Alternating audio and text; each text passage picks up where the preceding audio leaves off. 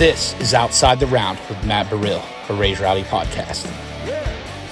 We got our girl Nikki Cohn-Byrd with us today. What's up, everybody? Also known as Nikki in Nashville. Indeed. How are you doing today, sis? I am good. I am living life, loving it. Everything's been good. I can't complain whatsoever. Hell yeah. Cold as fuck out there. Yeah. So we're hearing that we're about to get like a foot of snow. Is that what it's up to now? That's what they're saying. And we just moved into a new house out like an hour and a half from where we're at now. And we're like, oh, please don't lose power because we're kind of in the middle of nowhere. So we're trying to figure out how to manage all of that. Yeah, where are you guys at? Because you guys were out of town originally, right? Like Pulaski, right? So Clay's from Pulaski. He's from Pulaski. He's from Pulaski. I'm from Indiana. We lived just right off Charlotte, like when we first lived together. And that was, I mean, kind of a nightmare because that's right in like the worst intersection in the city, I think. Oh, traffic's a bitch, but you're still like in town if you got to get somewhere, go watch a show or whatever. Yeah, it was so close to everything. But like both he and I we want land and like peace. Yeah. And I was like, you know what? I've been here for 10 years. Like, let's just do that. So we did that. And so we have 3 acres out in Burns, which is just like between Kingston Springs and Dixon. Oh, nice. And it's not like an older house or anything, but it is like it's not walking distance. We're not spoiled with like, yeah, we can just hop on over to the store and just like grab whatever you need. Like, no, that's not the case. So we would just kind of be stuck, but that's okay. Yeah, it's like my girlfriend lives up in Cross Plains, up in like Robertson County. Nice. Beautiful, like awesome, but it is like, it's again, like you're kind of, White House is there, but you're still like a little bit out there, you know, where it's, you can't just walk down the street to something. Yeah, you'd have to like draw a horse and a buggy to get where you can. Get all Amish with it, you know? Get like the Amish folks that are right up there over the Kentucky line. So you've been in town 10 years. I didn't know that. Well, I guess now it's been, so I moved here in 2013 to do grad school at Belmont. I know it went like that. Oh, now I'm aging myself. Okay, so yes, I started grad school in 2013. Oh my God, that's so long ago.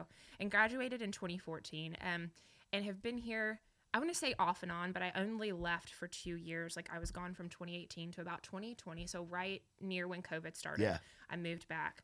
I just kind of moved across the country to kind of see if I wanted to live anywhere else. And the answer was absolutely no. So I came back. It also, like, it really feels like home here. And when I came back, I was like, holy crap. Like, I've been gone for 2 years and everything has changed. Like, crazy. Boom was nuts because I got here October of 18. Oh, so wow. Right around when you left was like my first 2 years here. And just the change from then, and that's only 6 years. So for you to have even just leaving for 2 years, the whole skyline changed. Yep. It was, and I mean, when I first got here, it was like New York to me, how people who want to be like in acting or on stage, they get to New York and they say Broadway and they're like, holy crap, like I knew I wanted to do something in music, and I get here and I'm like on seeing Demunbury and like how it used to be when Winners and Losers were not 2 stories, when Soul Shine was still there and they had all that stuff going on. And like I'd go to Whiskey Jam every single week and I was just like, this is amazing. And then even coming back, like things have changed so much and stuff's closing down and I'm just like, wow, this is so crazy. But yeah, it's just Nashville, man. It's crazy. Yeah, it is like I remember coming down here and being like, fuck yeah, I can go to Winners and go to Whiskey Jam every Monday, every Thursday. When they were just I can go to Revival at Tin Roof. Like the institutions back in those days were fucking awesome. They set the stage for what we have now. Right. Honestly, they kind of laid the groundwork. And then you still have like some OG buildings like the Station Inn, a place that I know you frequent. That Station. It's kind of in like when I like describe like what you talk about, and your content's awesome. You've been growing it for a while. The past like year and a half, it seems like there's just been like this boom. Yeah. And it kind of coincides with the style that it seems like you really love, which is that neo-traditional songwriter, like throwing it back. Yeah. How does it feel to like see that kind of come to the mainstream and be a part of that movement in a way, Nikki? Like you're doing it. Well, thank you for saying that. And it's fun because like this in the best way possible was not like my plan of what I was going to do. I had no idea like what I was going to do with accounts and stuff, but just like going back to the beginning, I was working for a lady who's like massive in the finance space, and she's like an online guru, and I helped her grow her brand for a couple of years and had nothing to do with music, but I just saw like how much leverage she had when she grew an audience. And so I was really like trying to put some stock into social media, and I was just like, what am I going to talk about? Like, what am I going to do? Yeah. I started off just like making videos about cool things around Nashville to do. And all of a sudden one day I was just like listening to the radio, and I was like, man, I don't feel like this sounds anything like the music I grew up on. Like, I'm a 90s kid, and I was like, it just doesn't sound anything like it. And so I just decided to throw up a video that was literally 7 seconds long. I say 0 words in it, and I just like clip for like a split second each, like some artists that I'm listening to that aren't necessarily played on the radio. And it went crazy. Who were those? Do you remember who those original artists were? Yes, it was, I mean, just totally, it was like Steel Drivers, Coulter Wall, Ryan Bingham, and I mean, I think I might have even said Zach Bryan at the time. It was just like very, obvious kind of people who are huge now, but this was a couple of years ago. And it just went absolutely crazy. And I was like, okay, so there must be something here. Like, people are kind of like yearning for that more traditional, more classic sound. And I just kind of found community through that. And I think even today, like, it's grown a lot. And there's almost this duality in country music where it's like the people who are staunch, anything popular, mainstream country music, radio stuff, like, that's the shit, let's go. That's what I love. And then there are some people who are just like, no, like, I prefer the more traditional classic sound. And even, like, with the rise of TikTok stars and stuff, and you see people like Zach Top who are like absolutely blowing up, like, there's a huge community now growing behind, I'm hesitant to say movement, but that sound. Yeah, I think it's a movement. Yeah. I think it's safe to say. I mean, you look at, like, you talk about like the two Zachs, and they're different, and they're like so that different. traditional acoustic thing, but couldn't be more different as like individuals. They're both great, but like their styles are so different from what was on the radio in 2018, 2019, 2020. So much. And like the people that are sounding like that, like Zach Bryan has inspired a whole generation of kids. That are coming to town, and not even in town, but are just posting that we're seeing. Yeah. There's a lot of people that have that kind of that sound too, kind of like the Eddie Flints, or even like you could even argue like the Sams and the Dylan. Sam Barber for sure. Yeah. So it's like it's wild to see, and now we're starting to see that with Zach Top, where Zach Top is inspiring kids, and that's the beauty of social media. We get to find these kids, like some of the people you're posting about. Like, I watch all of your shit because I'm like, who's Nikki talking about now? Like, who is she gonna put me on? And you've gotten to build like some relationships with these artists too from posting about them, right? Yes, I have, and it was one of those things where it's kind of so surreal. Because I never even thought that would happen in that way, where like I could talk to them or they'd message me, and then we see each other out. We're just like kind of like buddy, like, hey, oh my gosh, like, I'm so excited for what you got coming out, and even interviewing people who I never thought that I'd be in the same room with, kind of thing. Yeah. Just like, and everybody's so kind. They don't act, like superior. Everybody is so humble, so kind, and they really just accept anyone who's like working in this space to help them promote themselves and help like put people onto this music. And it's just so refreshing to hear that and see that and feel that. But yeah, long story long, there's a lot of good connections that are there now. So yeah, absolutely. So growing up in Indiana, what was that like? Because I like Indiana. I've been up through there a bunch, like on the road over the years, and we used to rent a bandwagon, which is in like Bowling Green, Indiana, which I didn't know existed until I went. But you take those back roads and you're just driving through cornfields and like this bus thing. But Indiana's an interesting place. It's different. It is, yeah. There wasn't a whole lot there. I left when I was 18, just like classic go away to college kind of I mean, I went to college in Indiana, but I left home. So I grew up in New Albany, which is just right on the other side of Louisville, Kentucky. Okay. So, I basically tell everybody that I'm from Louisville because that's the only thing that they know. But yeah, I did all those things. Like Cody Parks talks about hanging out in the Walmart parking lot. Like, we did that all the time. Like, I was hanging out in the Walmart parking lot, like the movie theater parking lot. Like, I had horses back then, so we'd be out in the field and like we'd do the whole thing, like the bonfires and the cabins and the camping and the trucks and the cornfields, all that stuff. Typical Midwestern kid. I did that. It makes sense that you were on the Kentucky line, because that seems like, I mean, your love for the Appalachia sound of the guys and girls that are coming up, just doing like the Childers, Sturgill thing. Like, it makes sense that you're basically it seems like you can almost claim Kentucky being that close to Louisville. Yeah, maybe. And I mean, even when I lived there, like, I wasn't even into that kind of sound. Like Louisville was a big blues spot, and it still kind of is. So we would go out, and like that's a lot of what they had around. There wasn't a whole lot of country back then, but it's different now. Like, when I go out around Louisville, like we saw Jesse Daniel in Louisville not too long ago. Like, he's awesome. Oh my God, he's so good live. It's so crazy. And I'll have to get to that story in a minute, because I took my dad, and that was like such an interesting time. But yeah, the Appalachian people that are coming up right now, I do love that sound. I love that style. I want to binge Pony Bradshaw's entire catalog. Right? Like he's just one of the ones where I'm just like, man, I want to know everything that you put out because your stuff is so good, you know? So yeah, it's just, that's a great one. Yeah, that's awesome. So to talk about, Kurt did an episode on the Raised Rowdy pod with Jesse not too long ago. It was just a one-on-one, just him and Jesse. But so you get to bring your family around some of this stuff, and they remember when you moved here. So you said you moved here to do counseling? I moved here to go to grad school. For what? For music business. Oh, for music business. Okay, yes. So it was music business. Okay. Yes, okay. and it's just one of those things, like, I didn't grow up around this, and I didn't have any connections here, and nobody really tells you when you're just coming to Nashville, like, you don't really need to go through a 6-figure higher education program to 100%. Learn music, meet people, get out and meet people, and I didn't know that. I was very naive about it. So the only good thing about it, though, is just like, I got my MBA. It was just a focus in music business with some like other corporate investments or something stuck along with it. But I did a couple of internships in publishing space because that's kind of where I wanted to be. I wanted to work with sync, so like film and TV stuff. I wanted to Yellowstone do that. and Landman. Yes. And Taylor Sheridan is making a lot of money for country artists right now. I know he is indeed. We were just watching 1923 last night. But yeah, that's what I wanted to do. And so I did that at Belmont, and that's why I was here. And things progressed, and I didn't end up actually working in music, like in an actual career. Like I did a couple of internships and made some connections. But outside of that, just the life went a completely different way. But that's why I came here.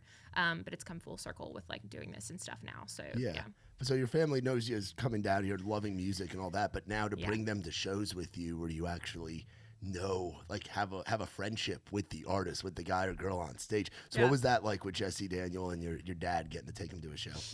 I will never forget him for this, and also because like he's always going to stick with me because of how he treated my dad. So in a good way, in the best way possible. So my dad is like, he's ex-Marine fighter pilot. He fought in Vietnam. He's older than a lot of people my age, parents, which is whatever. It just happened that way, and he does not get out.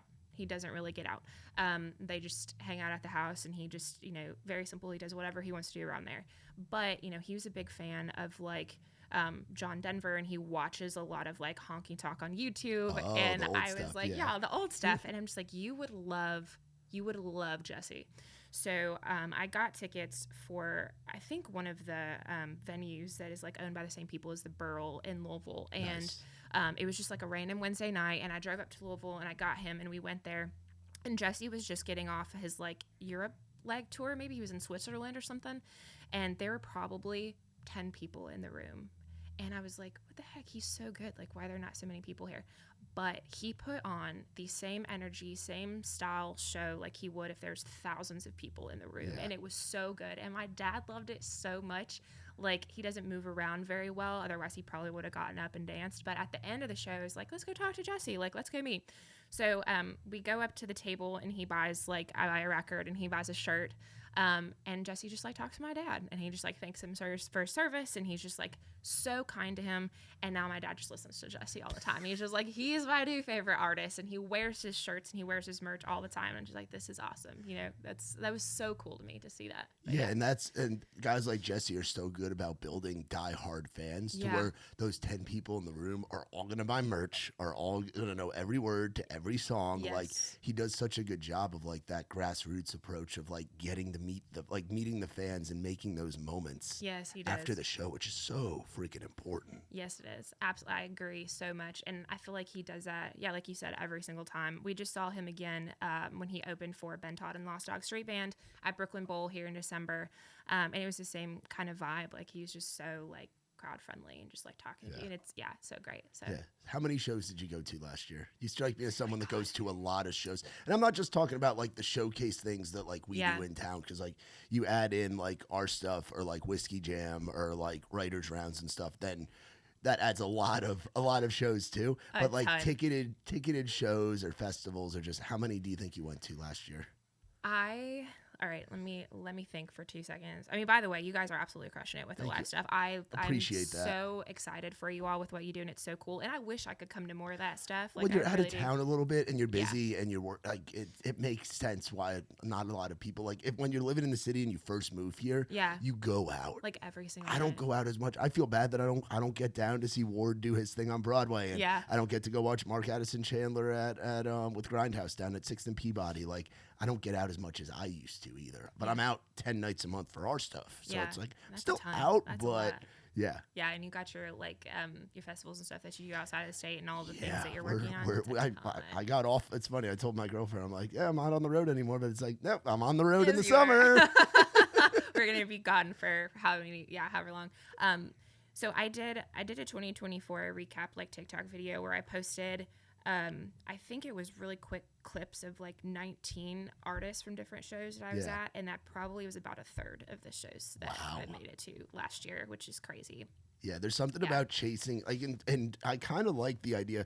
Nashville shows are cool, but going to shows out of town, there's just a different energy to. Like, and there's people that do good Nashville shows. Like Zach Top at Exit In was awesome. Gavin Adcock at Exit In was awesome. Ella at Exit In was awesome. But then you see them out of town, like when the suits are kind of gone. Like, there's just a different energy when you go to like small town Kentucky or Indiana or Georgia or Mississippi or Alabama, to where like the crowd just seems to appreciate a little bit more. Like Nashville, everybody just gets so much music to where kind of desensitized to like, and everybody is good, and so you're just like, okay, this is just like a normal. It could be like a huge artist. You're like, yeah, it's just another normal Tuesday, and then you're in somewhere like Louisville or like you said, like Mississippi or anything. You're just like, this is amazing. Yeah. How far did you travel for a show this year? So I went to actually go visit Clay on the road when they were playing in Colorado. And while we were there, we did a Red Rock show. So I think that was the furthest away. Who'd you see there? Whiskey Myers. Oh, sick. Yeah. Hell yeah. I was like, it was only the second time that I've been to Red Rock. So last year I did 2 years ago, Shane Smith and the Saints at Red Another Rocks. Great one. My favorite concert of all time. It was absolutely amazing.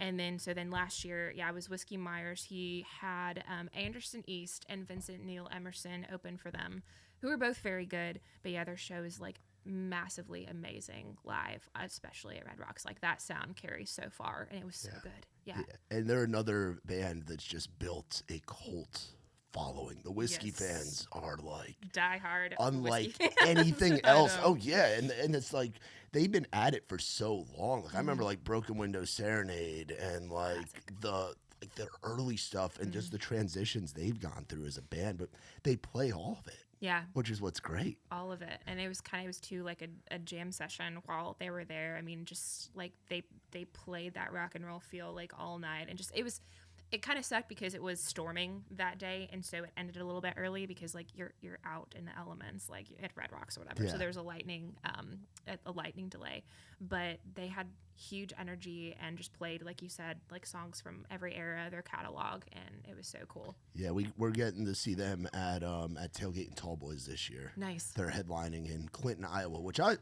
I've gained appreciation for the Midwest from years of like touring from being out with Muscadine and being out with Trey. Like I've gone to these places, but when you're in like Clinton, Iowa for 3 days, it means so much to like those people, like the good like you were talking about, like good Midwestern folks. Yeah, it's just a different vibe up there. So very excited to see them up there this year. Yeah, that'll be great. They're playing a lot of good festivals in the Midwest now. They are. It's like, and that's what's cool too, is like a lot of the acts that we would only see in like Texas or like in the Appalachia area, they're going like around the whole damn world now. Yes, they are.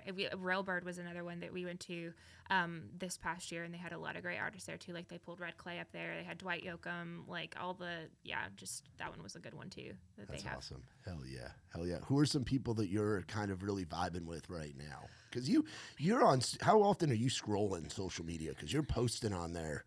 You stay consistent with your posting, which I give you a lot of credit for. That shit ain't easy. Thank you. No, it's not. It's just I'm kind of in a lull right now where it's like you start off and you're creating content, and it's really around just what you want to share, and you don't have, I didn't really have that much notion of like skills that it needed to be a content creator, like getting good at hooks and getting good at editing. So at first it was just sharing as easily as I can and simply as I can stuff behind the artists that I'm listening to. And now as things are progressing and like people kind of get desensitized to your stuff, and I have to learn and evolve as an actual creator. And so I feel like I'm in a little bit of a lull, but it's also this point where I'm like, I'm learning what works. I have to figure out and learn what hits so people can actually see my stuff. And that's one of the main reasons right now that I'm scrolling, is I'm trying to find people who are posting something similar that's working so I can learn from it. But along with that comes with finding new artists and like seeing what they're up to. Which to me is the best part. Which is the best part. There's so much good music out there right now. And two, like even people like Zach Top, like they're showing you that artists can also be insanely amazing content creators. And it's really cool to see the stuff that they put out too. So yeah, I'm finding a lot of people on socials as I'm scrolling through. But right now, I have kind of like my staples that I listen to all of the time, and I try to make so much space for a lot of new artists because I listen to a ton of new stuff all the time. But I do listen to Shane Smith and the Saints probably more than anyone else I am right now. They're probably my favorite, like them and Sierra Farrell, just two that I listen to all the time. You were early on her. I think so. You were early on her. What was it for you that stuck out, like your first time seeing Sierra? The way that... So I knew the In Dreams song just from its virality on TikTok before I even really knew like who Sierra was. But as more as that started coming up and you hear her name and then you start kind of going through the, oh my gosh, like the rest of her catalog is amazing. But it was her sound and how effortlessly she makes that seem easy along with her style. I think she has one of the most like bulletproof brands in the business right now. No one can touch her. You cannot touch Sierra Farrell. Her voice, the way she dresses, her mannerisms, you just can't do it. And I love that about her. It's like the bad bitch energy of like an Ashley McBride with like the tats and just I'm not gonna get all dolled up. She's gonna get dolled up in her own way. But she's gonna not do what people would expect her to do. Exactly. And I think like people call her like the little woodland fairy of like country music because of just the way that she looks, and I think that's great. But she's like getting, even better at like stage performance and playing, the fiddle and the violin and just like also evolving her craft, and you can see it sort of live, but she still keeps her twerks, and it's very much just like across content and even in the shows, like the way that she speaks and just like how it's just her, and it's just so great. Yeah, I love that about her. Yeah, I haven't had a chance to see her live yet, but really? It's on my list to. I'm hoping it like I'm always like, oh, I'll just see them at a festival, but sometimes they do like I wanna go to a festival as an attendee and not be doing it like the hosting. Like I miss, because that's kind of how Raise Rowdy started, was Nikki just going to festivals and going to shows. He would go to he would follow Cadillac 3 for a whole weekend and go across like 3 states, and like him and his friends would do that. Like they would budget their money to, instead of taking vacations, they'd go to shows. Like that's just what they would do. Good for him. So it's like I want to get back to doing that, because it's like you get lost where it's like it feels like work, but I just want to go and just watch an artist. Yeah, I was gonna ask you about that. That's probably like I kind of imagine how that feels, with just like you're there and you have the pressure of like getting good content and taking a video of every song, but you actually also just want to sit back and like take it in live and like be present. Like I don't know, like you said, that's something that you want to do again, but do you foresee that's something that you guys are going to try to do a lot? Well, we try to do. We did a couple years ago. Like we've done trips to where if it's within like a 4 or 5 hour radius of town, we'll drive down to Rome, Georgia, or Birmingham, Alabama, or Athens, Georgia, or Starkville, Mississippi, and we'll just go to a show. Okay. To go to a show, which is important to do, and we'll go to like rock shows too. You know, like we saw Creed earlier this year, which obviously with our butt rock stuff, like the Creeds, the Limp Bizkits, the Nickelbacks, like those guys are like. We have to go out and see them. But it was also like it started changing for me when I was working as a tour manager. Yeah. Like who were you managing? I did merch for Muscadine for about a year, and that was pre-COVID Muscadine. So that was when their sound was different, and their harmonies and everything, and sonically they've always been great. Yeah. But that was like Porch Swing Angel, Can't Tell You No, like that was before Dying for a Living and all of that stuff. Like that was before they like switched to closer to like the Whiskey Myers sound, where it became more like rockin'. Yeah. And I feel like they've really found themselves over the past few years. But I did probably 100 shows with them. Nice. And then I was out with Trey Lewis. I was his tour manager right hand for like 3 years. So we would do like 100 shows a year with him. Oh my and it's gosh. like you're still going to shows, but you're working. Yeah. You know, you're driving the van. You're going. You know it from with Clay and Cody and the Dirty South thing, like where they're gone and they're going. So it's like it changes to where like I'm watching a show and I'm like, oh, the lighting package here, this, that, oh, the transition here, oh, the stage tech doing this, oh, this, that, whatever. I'm even analyzing how the damn merch is set up, you know? And it's like, I just want to go and get a little stoned and go to a show, you know? About anything else. It has to be. I just want to soak it up, you know? Just soak it up. So you said your favorite shows of all time, like some of the Red Rock stuff. What have been some of like your favorite like Nashville moments where you've gotten to kind of see somebody? Oh man. I've been a long time attender of CMA Fest, and anything that they do, Chevy Riverfront Stage, is like always a great time. I love going to see those shows. Exit In, I do love Exit In and all of the shows that they put on, and then Whiskey Jam for sure. Yeah. Like, I mean, outside, like your guys' stuff we go to all the time, Filthy Friday when they had that, but like the Whiskey Jam stuff, that's something that I did pretty much every week, like since I moved here. Who were some people that you remember seeing early? Early. Holy crap! Because you've been here on and off for a long time, to where you could have seen anybody. I remember. Who do I remember that was like so far back? The one that stands out in my mind, he's not even a country artist, but I saw Peyton Manning play at a Whiskey Jam like a really long time ago. He does that when he hosts and stuff here, but we saw, like, this was back when it was at its original. Like, I've seen Chase Rice a couple of times there. Yeah. Oh my gosh, why am I totally blanking on his name? Josh. Holy cow, not Josh Turner. Josh Abbott? No, it'll come to me. I saw him so much there. All my years are like getting mixed up. But anyways, yeah, I've seen a ton of people at Whiskey Jam, just like massive names, and it was really cool. Yeah, it's cool to watch like somebody's first show and then watch them like evolve from there. And that's been like the most rewarding part for me. For you guys. Is watching the Meg Maroney's, watching the Ella Langley. I mean, Ella used to live in the van with us with Trey. Oh, She was Trey's roommate up until recently. Oh my gosh. For like that's 4 or awesome. 5 years. So when the Dick Down in Dallas stuff happened, Ella was our acoustic opener. Oh dang. She traveled the country with us She's in a van. Good for her now. Yeah. She's a blown up. badass. We always used to say Trey would open. We were going to be opening for you one day, and she's just blown the fuck up. And it's like, but watching them at like the writers around stage, or watching like a Zach Top, watching a Bailey Zimmerman, like getting to see those early kids, and now we get to see it on the full band thing by doing the Wednesdays at Duck Blind. Like we had this girl last night, Evan Coyote, who you would like. She's like Evan Coyote. She's like, if you take like Miranda and Ella and kind of smush them together. Yeah. And she's like a badass. She's gonna be on Idol this year, which is gonna be cool. But cool. she's been just gigging and working her ass off on Broadway, but just like a cool, distinct sound. And this kid Colton Bolin, who I've heard that name. Yeah. He's in your vein. He's Okay. in your vein for sure. Do a deep dive. He's got like 2,000 followers right now, but I think he's gonna get a lot more than that over the next few years. He's only 20 years old. He's like a little baby. He's like in like that. He's good buddies with Baker Blankenship, like part of like that squad. That young kids, that group of just like Ty Myers and Baker and Hudson Westbrook. Man, just blowing. It's like you're seeing the young kids here in town, but then the young kids in Texas.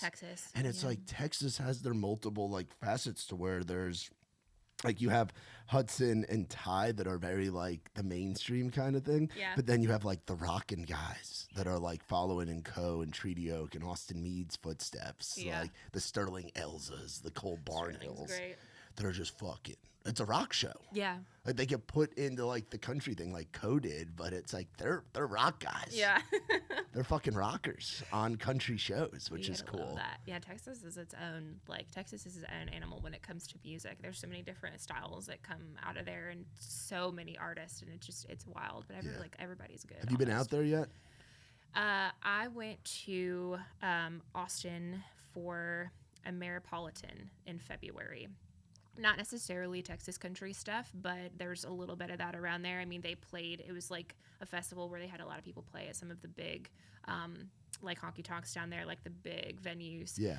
And then we're doing Two Step In this year. So that'll only be like my second time getting to Texas for music. Yeah. It's different different world. It is, but it's hugely cool. different Like world. it used to be like a tough bridge to where like you go back to like the Randy Rogers and the Wade Bowens and those guys.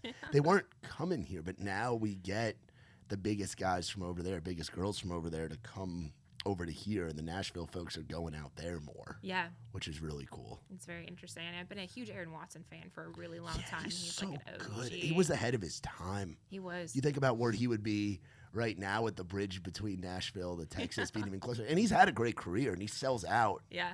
big clubs in Texas and always will.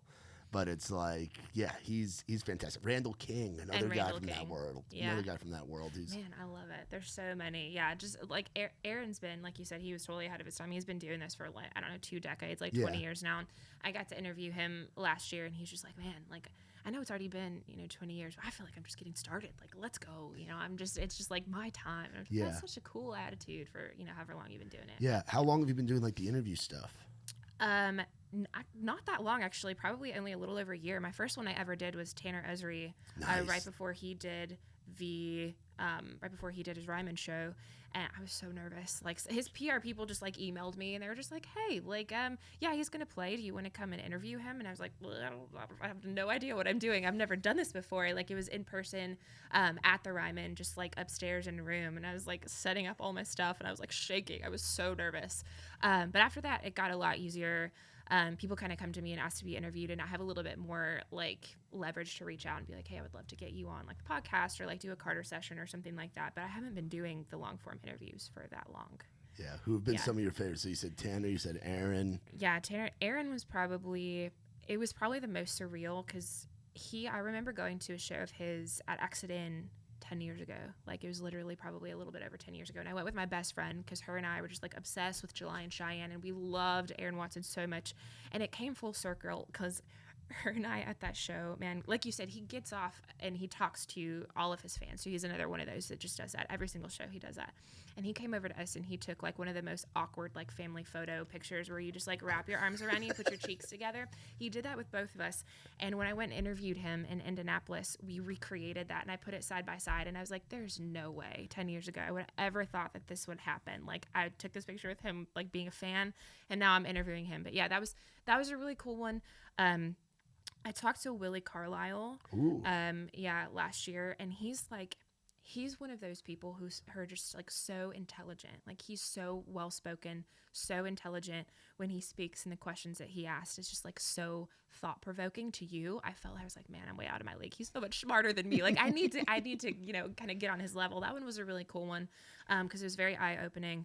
And then I recently talked to Ben Todd because I'm a huge fan of Ben Todd. Yeah. So Ben Todd and the Lost Dog Street Band, him and Ashley got on with me and we had a cool conversation, and that was really neat. So, awesome. Yeah. That's how I felt interviewing. Like, you talk about just being with someone that's like an artist that you really love. Yeah. But then you get talking to them and you're like, oh shit, they're really smart. That's how I felt with Corey Kent. I did Corey Kent at the beginning of last year, and he could talk to you, like, it could be like a 3-hour, like, he'd be good on Rogan, like just talking like philosophy kind of stuff.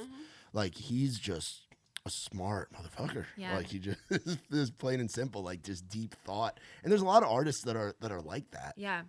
So many people don't, know a whole lot about, I guess, like some of their backgrounds and stuff, or like really what they're about outside of music. But there are so many who are just, that, they either went to school for something else, or they have, hobbies in something else, or they're just really, like you said, just really, really intelligent. I mean, like, you've got Steven Wilson, he was like a microbiologist or something in his past life or whatnot. I'm just like, wow. It's like, we love that you write songs, but you could probably write a book, man. Yeah, you could. You might have discovered the Cutie Kids, or who knows? Like, yeah, just it's wild. That's awesome. So when you're not doing music stuff, what do you like doing? So actually this isn't like my full-time thing. It's just, right now it's just something that I do on the side, like a passion project. I own another business outside of this. Yeah. I work in marketing. I work in online marketing. So I run this company during the day. And I have a ton of clients that I'm working with, and we're trying to build that company to a place where it's, a little bit further along than it is. So it's one of those things where it's like my focus is, split a lot, but for, the best possible case, I love doing them both. But when I'm not working on either one of those things, so, like we're traveling or, like doing stuff outside. Like I love doing anything outside, obviously, honestly, and going and trying new restaurants or just like going and traveling to new spots. And big fan of horses, so anytime I can get around them, like I like to go horseback riding or just like hiking, you know, so anything outside. Awesome. Then how did you and the Possum King meet? I gotta know. He's one of my favorite. Like, you have a lot of like players that are like personalities as well, especially when they're on stage, but also when they're off stage. You know, like you think of guys like Terry Lee Palmer for John Party, like where they're characters, where it's like and then Jake, who plays with Cameron Marlowe, same kind of thing, where they're just like hoss cats, like they're just like energy on stage. So how did you and Clay meet each other and get to know each other? Because he's one of my favorite dudes, and I don't see him enough. You know, I don't. It's you guys living out of town. Like, it's always a treat when we run into you guys. Oh, that's nice. Yeah, he is definitely a character. I love him to death. So we met like any two music lovers would at Whiskey Jam. Hell yeah. Yeah. I was there actually. I was there to take content of another artist who was supposed to be playing in the lineup, Matt Schuster. Yeah. And I don't know if like maybe just the lineup got redone, but Cody, he was playing with Cody at Whiskey Jam when it was still in Midtown. And they get up on stage, and right before then, like, you know how there's that stage and then there's like that little window that goes over to the deck part. I like looked through because I was standing right up front. I was right in front of the speaker. And I look through and I see Clay, and he's got like this long ass beard and long ass hair, and he's wearing his hat. And I'm like, damn, that's got to be somebody like hella famous. Like, that's somebody right there. Yeah. And they get up on stage, and he's the bass player for Cody Parks and the Dirty South. And they've got two Flying V's up on stage. And I'm over here just like taking, and I have no idea what to expect. I've never heard them before. So I'm over here just like taking videos of them. And I like really creepily take videos of Clay because I'm like, this dude is the coolest looking person I've ever seen. Like the most unique person I've ever seen. And he was like looking right at me, but he said that he didn't actually see me because of the lights. But as soon as they started playing, I made it through one song before I had to move into the back of the room because I was standing right. They bring in their marshals and stuff. Yes. They are one of the loudest shows in town. So loud. And it's like, I mean, it was like, because I've been to all the Filthy Fridays after that, so I got used to it, obviously. But I was standing in front, I was like right in front of the speakers, like, oh my God, I can't do it. I need earplugs or just like something. I'm going to go deaf. So I finished watching their show in the back of the room. And I was just one of those people who was like, you know what? There's no intentions here, but he's like the coolest looking person I've ever seen. So I slid into his DMs. Hell yeah. And I got onto Cody's page, and I was just like scrolling through his post until I found the picture of Clay, and I was like, he's very recognizable. Clicked on it, found his tag, found his Instagram account, messaged him, and I was like, dang, you guys are so good. Like, that was just an awesome show. And he just messaged back, and he was like, thanks. Like, have you come to a show before? I feel like I've seen you before. And I was just like, yeah, I'm at it right now. Like, I'm here right now. And so we just got to talking like through Instagram, and he invited me to their next show, which was when they did the NHL draft on Broadway, and they played that stage. So I went to that, and we just, I've been hanging out, and just, that was all it took ever since. That's how we met at Whiskey Jam. Awesome. Did you ever get to meet the Possums? No, I didn't. He didn't have them when I met him, but we're on the lookout. We're in the market for some more possums. In the market for some more some possums. Hell he wants some. He definitely wants some more. Yeah, I feel like he needs some. Mm-hmm. Like, it's just he needs that. He like does. And I feel like you could. Have you handled like possums and raccoons and stuff before? Or you're just I'm like a dog, cat, horse person. We've got 4 animals already. We have 2 dogs and 2 cats, but it's funny because like there's been a couple of times where I'm just like driving back from like events, and I'm on these back ass roads, and I stop my Jeep because there's a possum in the middle of the road, and it's just like hanging out there, just like eating something. And I'm calling Clay, and I'm like, Clay, there's a possum in the middle of the road. What do I do? He's like, oh my God, that's so cool. He's just like, take a towel or take a shirt and just go grab it. And I'm just like, just go grab it. Like, what the fuck are you talking about? Like, I'm not just gonna go grab this thing, this wild animal in the middle of the road. Like, it's gonna bite me, and it's gonna be like rabid. Actually, fun story. I think he told me that possums like actually can't get rabies. Yeah, they're immune. So they're immune, and so like, okay, well, maybe it's not going to be as bad. So both times I've tried to get out, like stop my Jeep in the middle of the road, put my flashers on, get out, and try to capture this possum that's in the middle of the road. They've run from me both times, but I'm gonna get them. I'm gonna get them next time I see one. I'm gonna get them. I can't wait for the content when you do have We're that possum, because that was one of my and I love what Cody and those guys do. Yeah. Again, because it's so distinctly different. Yeah. And I think that there is a market for that. Yes, you know, there is. There really is, and this past year was a big year for them, traveling around and getting to do shows in new places and get in front of audience, because it's like there's definitely that Southern rock thing in there, but there's the metal thing.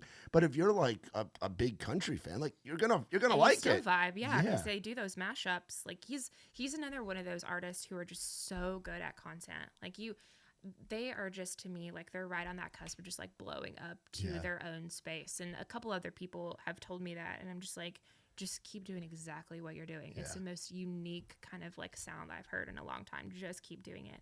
But it's really cool to see that for them. And their live shows are so good. And I love the mashups that they do. Like and I really like their music. So yeah.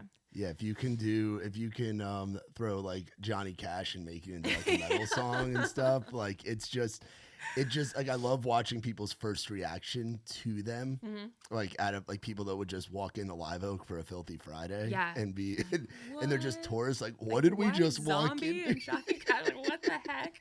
Yeah, no, I love that. My cousin, him and his girlfriend come here a lot now, and they always would show up the day that there's a Filthy Friday that month, and they love that band now. Like all of my family loves him in that band now. They're That's like, good. it's my favorite band. I'm like, yeah, okay.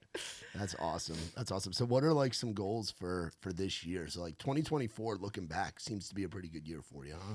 It was slow growth wise, but I think what happened was a lot of realization again that I have to kind of figure out the business side of things. Like it's not just hey, this is going to be fun, like creating content and showcasing artists. Like I kind of got to really figure out and double down on what I want this to be.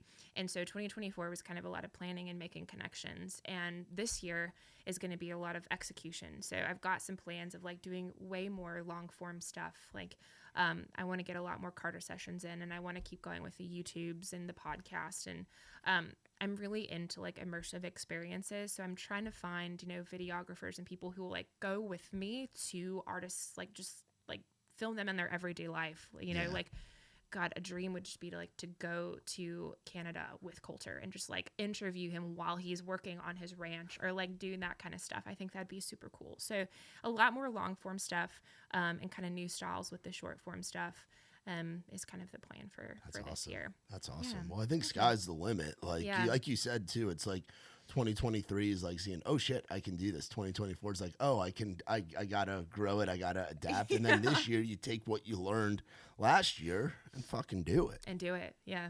And there's a lot of people now in the space that I have so much respect for. We've become friends, but there's like two sides. There's like the influencer media style people like me, Dylan Weldon, Country Minute, like all those guys who have a face to the stuff that they're doing.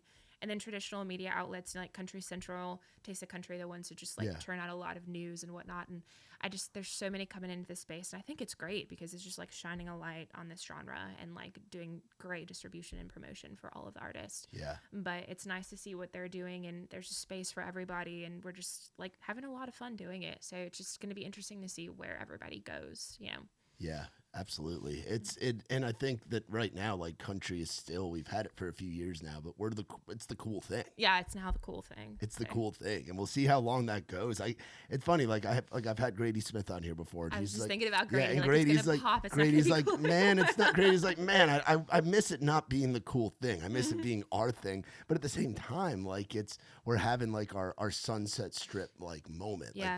Like you think back to like 80s hair metal when it was like LA was like the spot. And it's like Nashville's the spot right now. It is. And it's sick. I think it's just like the rising tide kind of raises all ships things. Like the more popular even just the popular country artists get in the radio stuff, it's just like it trickles down into everyone else, and it raises the genre a lot, like regardless of what you think about kind of like who's moving into space and like getting into country and just doing some albums and stuff there. I think a lot more eyeballs are on the genre.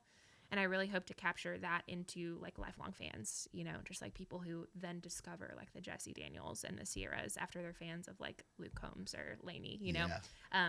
So I think that's kind of like the goal with what we're doing, is to kind of bring that awareness down into the more like traditional sounding independent artists. Like if you think radio is all there is, radio country or just like pop country, if you think that's all it is, you have a lot of other things that you could listen to. So that's just kind of why I like sharing it. Yeah, and you see that with who people are bringing out on tour even. Right. Like Cody Jinks playing stadium shows with people is like that's a big deal, Like people getting an opportunity to go out with like the not mainstream, like the underground, so to speak. Yeah. With the mainstream folks being like, I love this too. Like I'm gonna bring them out. Well, and Post took Muscadine, and which that was so huge. Cool. That was a huge thing for them. I knew that this last year was gonna be like a big year for them, and they have just an army. Like working with them was such a pleasure, and it's a great merch gig to have. It was hard to get. It was hard to give that gig up because it's like their fans buy a ton of merch, and they do everything independent. Like their merch guy Brad fulfills all the online orders. He comes up with the designs. They do it all themselves. Wow. Which is really cool. That's a big undertaking, but that's also really neat. It is wild. What's something you would like to see as far as like the industry this year? Like just like what's something like whether it's like radio picking more people up or this person getting a light shined on them or something. Well, there's a ton of artists that I think I would love to see get a light shine on them, but I think just more in the broad sense is just kind of having these more independent, traditional sounding artists at least being spoken about in the same conversation as like mainstream and pop country artists are. Because I feel like my belief is that, there are people who are like totally against pop country, but I feel like they can exist in unison, and just like that's the best way that again we can like bring up all of these other artists and like promote them and find them a lot of other eyeballs and stuff, is just talk about them in the same conversation and like have them get recognition at, God forbid, award shows. Like that's probably not going to happen, but maybe like have them, get some recognition at award shows and not necessarily even worried about like who's played on the radio, but just being spoken about in the same conversation, just like being let in the room as you would say. But that's what I'm hoping to see. Yeah. And now it's easier for artists to get their stuff out than ever. And does it get exhausting? Does New Music Friday get exhausting just because there's so many? Exhausting. Like we're getting like hundreds of songs a week. Yeah. Exhausting, but in the best way possible. And like every single week I'm also like, oh shoot, I'm like missed a big one, or like I missed that one, or just, it's cool to see everyone who comes up. And I try to like keep, like if somebody asks me, what's your favorite song from so-and-so, like I try to keep these in my brain, but I'm listening to so much stuff that it's just like, I like what I like and I know what's coming up and I kind of have a finger on the pulse. But if you just like ask me to recall, like names of songs from certain artists, I'm just like, I don't know. There's so much stuff going on in here. But yeah, it does get exhausting, but in the best way possible. Like I love finding new artists. Yeah. Did you do a video this year? I haven't seen it. If you did, like a video of artists that you think are really going to pop this year? I did. So who'd you have on there? So I did the top five. Five I thought was Willow Avalon. I think she's just one of the ones, that has one of those classic voices. And again, it's undeniable. Yeah. And it's just, again, it stands out. Like, when it's much. A Willow song. You do for sure. She's got another one of those really solid brands.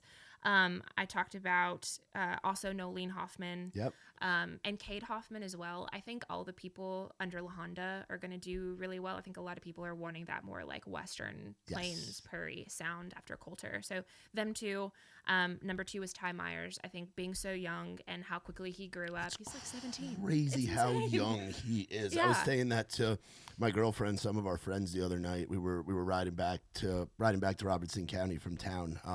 And I put Ty Myers on it. I asked him, like, how old do you think this guy is? And they're like, oh, like 25. I'm like, no, he's fucking 17. he's still living with mom and dad. Yeah. Like he's a baby, and he's like doing it. That's the best. I love that. Yeah, people who have like vocal abilities and songwriting abilities way beyond their years. I think that's really cool. Like you saw that with Coulter, but him. And then number 1 was Steven Wilson Jr. But I think like 24, when he released Son of Dad, that was huge for him. And this year was really big. People are starting to like discover that. The Live at the Print Shop like thing that he did was huge for him. But I feel like this year it's going to meld into other genres. And like, I really feel a 26 Grammy nom for him in some way. He's going to do like a different version of Son of Dad, like an extended one that he releases this year. He's got new music coming. And I just feel like there's going to be a lot more stuff. Yeah. I feel like he's like a songwriter's songwriter, and he's an artist. Yeah. And again, just doing it his own way. And it's like, he's somebody where it's just, he's got to just be on like the right festivals or like the right opening slots. Yeah. And any crowd is gonna, no matter what song it is, because there's like, even go back to like 1994 and like just different like things that he's done. But the Son of a Dad record was fucking so good. Like every single song, just like heart wrenching. He does like Nirvana covers, so it appeals to that audience. Because it has that grunge thing to it. It's like country. It's like a different take on the grunge country thing than what Coe and the Texas guys do. Yeah. But it's in that same world, and they've become buddies too. I saw them. Good. Yeah. I saw them post something the other day where it was Coe and Steven Wilson hanging. I'm like, fuck Dude, yeah, that's awesome. I'm like, that's a collab that we need. Wow, that would be crazy. Yeah, I love that too. But no, and he's married to this expensive and the richer lady, which I'm just like, wow, what a like magnificent combination that is, you know. Yeah, I think he's gonna do really, really well. And he's from like Seymour's 15-ish minutes from where I grew up, so like he's from the southern Indiana that I know too. So do you relate when he's talking about like some of those experiences growing up? Totally. Probably speaks right to you. Yeah, I lived like that exact thing, and just like 10 minutes away from you grew up, kind of thing. So it's really fun. Yeah. That's awesome. Hell yeah.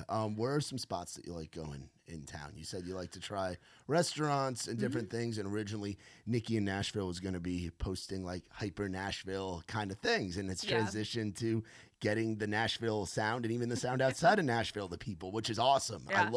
I think that rebrand was like very smart and like finding exactly what you wanted to do and taking the love of music and telling the world about what you think is cool, which is awesome. But where are some spots that you and Clay like going to when you are in town? I know you're not in town as much anymore now that you're out towards Dixon, but like where are some of your favorite spots? Man, we are total homebodies now. It's so funny. But when we're in Nashville, I love sushi, so I like going to any sushi restaurants. Any of the hotel coffee shops, you'll find me at a ton. Fucking like really Noel, good. Bobby, yeah, they're the best. That's They're where I like really to hang good. out. People sleep on the hotel coffee shops because they are fucking So great. good. Yeah, I love that vibe. There's really not a lot of places that we actually just like frequent. I mean, if it's live music, like I'm probably at Bobby's. If I get over to East, I'll be at like D's. We'll do a whiskey jam if we can, or like one of your all's things on Demembry. And they did the Filthy Friday at Live Oak, so we were there a ton. But now that that's moved, like it's just like somewhere on Demembry and in Midtown. Yeah, there's not a lot of really other places that we just like go to. Do you miss Honky Tonk Tuesday being at the Legion like it was? I've actually only been to like 2 of those. Really, I thought you would have been to like all those. I thought like so too. when I'm like, I envision Nikki and Clay being at all of these. Yeah, we went to one together. We saw you guys there, and then there's only one other one that I'd actually been to, and I don't really know why I never really got out there. I think at that point, like Tuesdays for me were really busy. I wasn't working the way that I'm working now, like independently on my own thing, and so I just never really found the time. But yeah, I would have loved to gone to a lot more of those. I used to call it the hipster hoedown. The hipster hoedown. Because it was a different. It was. I only went to like 1 or 2 of them too, and it was just like it was like a. I had no idea what I was walking into, and then I got in there, and little Trey Bonner's all dressed up in his pearl snap, and I'm like, Bonner's like, this is where I go to find the girls, and I'm like, okay, Bonner. And then he's out there dancing. Oh, Bonner loves it. Bonner thrived at Honky Tonk Tuesday. Dude, I love that. That's so funny. He's an awesome little guy too. Yeah, I love Bonner. And you got like the cowpokes out there they were there for a lot, and they're amazing in their own right too. Like all the people that played. There was like a band, the one that we went to that we saw you guys at was like, was that a band from? It was like Italy. Italy. Mm-hmm. Yeah, they had played Ameripolitan the literal night before. Like when I showed up there, I'd just gotten back from Texas for Ameripolitan. They played the Broken Spoke, I think, the night before, and I was like, oh my gosh, they're so good. Like, wait, they're from Italy, but they just have a real like deep love of traditional like Western. It's like spaghetti music. Western. It's like spaghetti Western. Spaghetti Western music. Yeah, and they're so talented. And they were like, yeah, now we're going to be in Nashville like tomorrow.